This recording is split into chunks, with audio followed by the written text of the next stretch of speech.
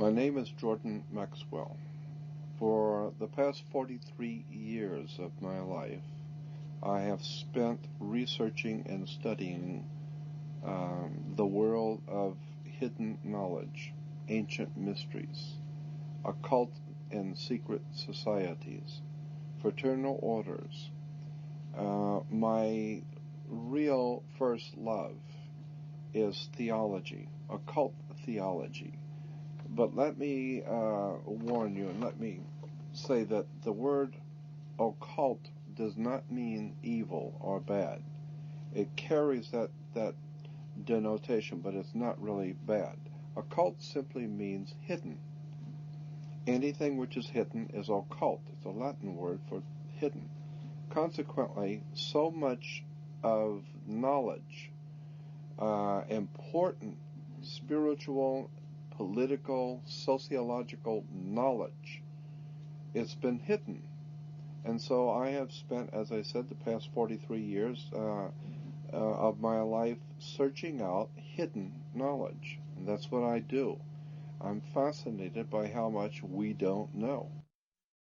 The state of Israel is actually connected to America in a very arcane and secret way.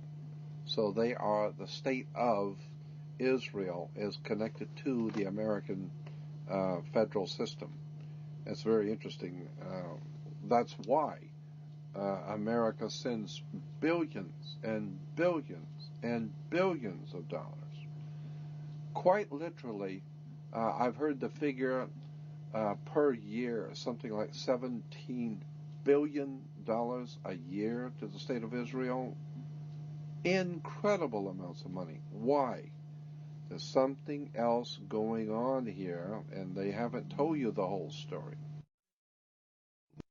If you were looking down from a satellite, looking down onto the Earth, or even higher out than a satellite would be, you would see that the largest single landmass on the Earth is from Russia, from the northeast tip of Russia, all the way across to Central West Africa, to the West African coast.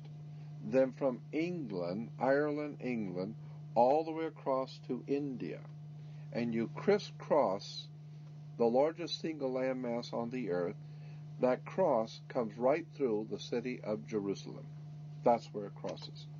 And so the old ancient Phoenician Canaanites, being the bankers, they said, if you come in through town to do business, Jack, you're going to pay us up front.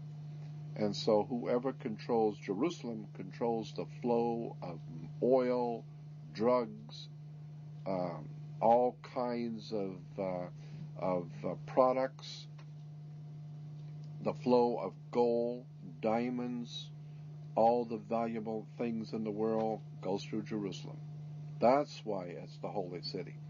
Money, international, monetary world situation set up so that all money, all flowing of business, commerce goes through Jerusalem. That's the name of the tomb. And that's why Jerusalem is so important to the American people. Now, you've got to give the people a reason why Israel is so important. Now, we know that Israel is very important because of strategically where it sits on the trade routes to control the flow of oil, drugs, diamonds, and a lot of drugs in Israel, going through Israel. Major movements of illicit narcotics and drugs through Israel. And diamonds, gold, money, etc., etc. But you've got to give the people who are going to go over there and lose their lives and give their sons in war, you've got to give them a reason. So we tell them that it's religious. It's the Lord's chosen people, the Lord's people. And the Lord himself has chosen Israel. And we give them a line. You'd be surprised what Americans love. They love that kind of stuff. And so we tell them, it's the Lord's will. And the Lord Jesus was there, and all the great prophets and all of that. And so we have to protect that little country, Israel, because it's the Lord's will. So I believe that all of these things which are happening right now in the Middle East is there are many factors involved. Obviously, it's not just oil, it's not just money. Those are the cards on the table. When you're laying out the game and you're going to play a game, a high-stakes game, say in Las Vegas, where hundreds of thousands, if not millions of dollars are laying on the table, and you're playing a high-stakes game, you're going to have the cards you've got that you're playing. Well, one of the cards that's being used in this high-stakes game is, of course, oil. One of them is, of course, drugs.